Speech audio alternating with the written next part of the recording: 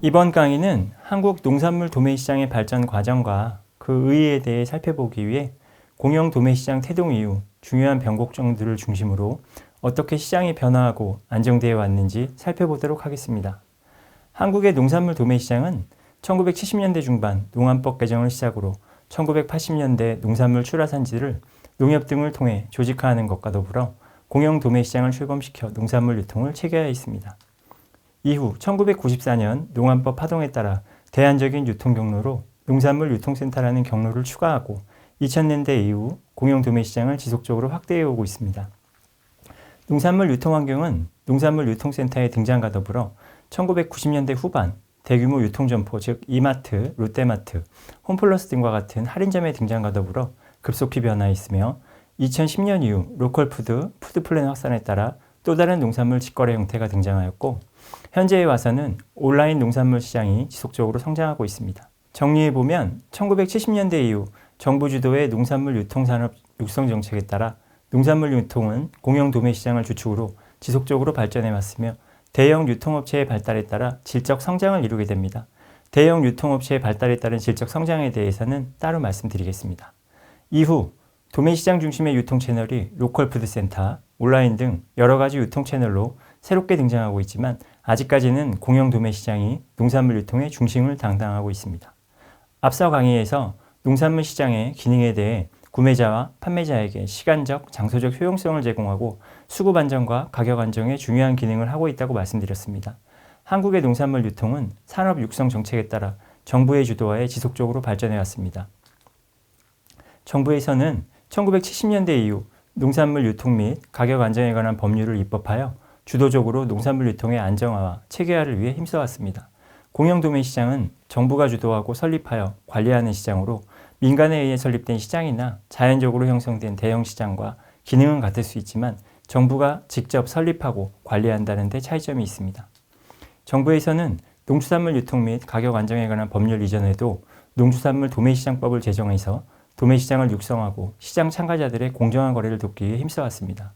하지만 당시의 농산물 도매시장은 정부의 기대와 달리 판매자와 구매자 간에 정보가 투명하게 공개되지 않았고 공급이나 가격에 대한 주도권 또한 판매자 또는 공급자에게 편향돼서 도매시장 기능이 원활히 수행되지 않았습니다.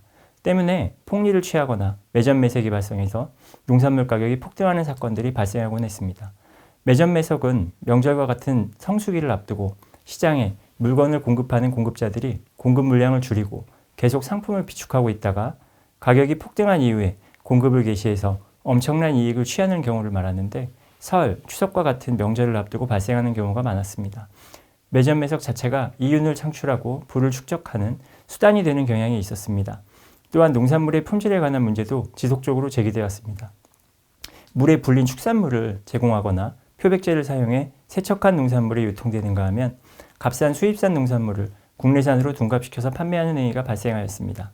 때문에 투명하고 공정한 거래를 위해 공공주도의 도매시장 건립의 필요성이 제기되었고 정부에서는 1987년 가락동에 국내 최대 규모의 농산물 도매시장을 건립한 것을 필두로 전국 주요 도시에 33개의 공영 도매시장을 개설합니다. 공영 도매시장의 개설에 따라 전국 대형시장 또는 기존 도매시장에 분산되어 있던 도매업자들이 공영 도매시장으로 집결하게 되었고 공영 도매시장은 전국 최대 규모의 도매시장으로 즉시 성장하였습니다.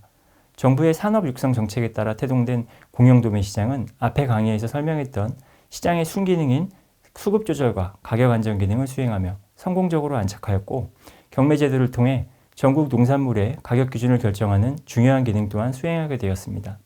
또한 공영 도매시장을 통해 정부는 농산물의 유통 물량을 파악하고 공영 도매시장 이전의 폐단인 매점 매석 등을 통한 폭리가 발생하지 않도록 제도적인 보완을 지속할 수 있었습니다. 또한 정부는 공영 도매시장을 통해 농산물의 규격화와 표준화에 관한 작업을 지속적으로 추진할 수 있었습니다. 예를 들어서 배추가 기존의 개별 포기로 거래되고 있었다면 정부는 3포기씩 망으로 포장해서 공영 도매시장에 출하되는 생산자에 대해 포장비를 지원하는 방식으로 포장화를 유도해서 정착시키는 정책을 사용할 수 있었고 현재는 이러한 포장이 정착되었습니다. 가락동 농수산물 시장을 대표로 하는 공영 도매시장이 가지는 가장 큰 의미는 앞서 설명했던 시장의 순기능인 수급 조절과 가격 안정 기능에 있습니다. 그리고 공영도매시장에서는 경매제도를 통해서 농산물의 가격을 결정하는 방식을 도입해서 기본적으로는 품질이 더 좋은 농산물이 더 좋은 가격을 받게 해서 생산자 간의 품질 경쟁을 유도하고 있습니다. 이는 품질에 대한 금전적인 보상을 통해서 품질 수준을 향상시키고자 하는 의도가 반영되어 있습니다. 그리고 기본적으로 공영도매시장은 생산자 모두에게 안정적인 판로를 제공하고 있습니다. 또한 경매제도를 통해서 농산물 품질에 따른 가격을 결정함에 따라 공영도매시장의 경매 경락 가격은 유통되는 농산물의 가격 기준이 되었습니다. 이는 공영도매시장이 농산물 유통 과정에서 취급 물량의 대부분을 점유하게 됨에 따른 자연스러운 결과입니다. 부수적으로 공영도매시장을 통한 거래는 대금 결제의 안정성을 보장받을 수 있습니다. 민영도매시장에서 개인이나 개별법상의 거래라면 당사자 간의 합의에 따라 대금 결제가 지연되거나 거래 상대방의 약속 불이행의 위험이 상존하는 반면에 공영도매시장은 대금 결제에 있어서도 시장 내의 도매법인이나 금융기관과의 약정을 통해 보다 안전한 거래가 가능하게 됩니다. 이러한 거래 이후의 정산 안정성 또한 공영도매시장의 이용이 높아진 이유 중 하나라고 하겠습니다. 이러한 장점들에도 불구하고 공영도매시장은 한계점도 가지고 있습니다. 물량 유치를 위해 농산물에 대한 취급 규격을 엄격하게 적용하지 않아서 비규격 농산물이 공영도매시장에서 계속 거래되고 농산물의 브랜드화나 표준화 적용에 어려운 한계를 보이게 됩니다. 이는 기계화약 등을 통한 물류 효율화를 저해하는 요인으로 공영도매시장에서는 비규격 농산물들이 관행적 거래 형태로 자리 잡게 됩니다. 예를 들어 포대에 싼 엽채류가 경매되거나 비규격 나무상자에 포장된 과일이 거래되고 농산물 표준 규격에 따르지 않는 농산물들이 다양한 포장 형태로 계속 거래되는 관행이 지속되게 됩니다. 농산물 공영도매시장의 이런 한계점을 다른 경로를 통해 보완하게 되는데 이는 다음 강의에서 농안법 파동 이후에 농산물 유통 변화를 살펴보며 알아보도록 하겠습니다.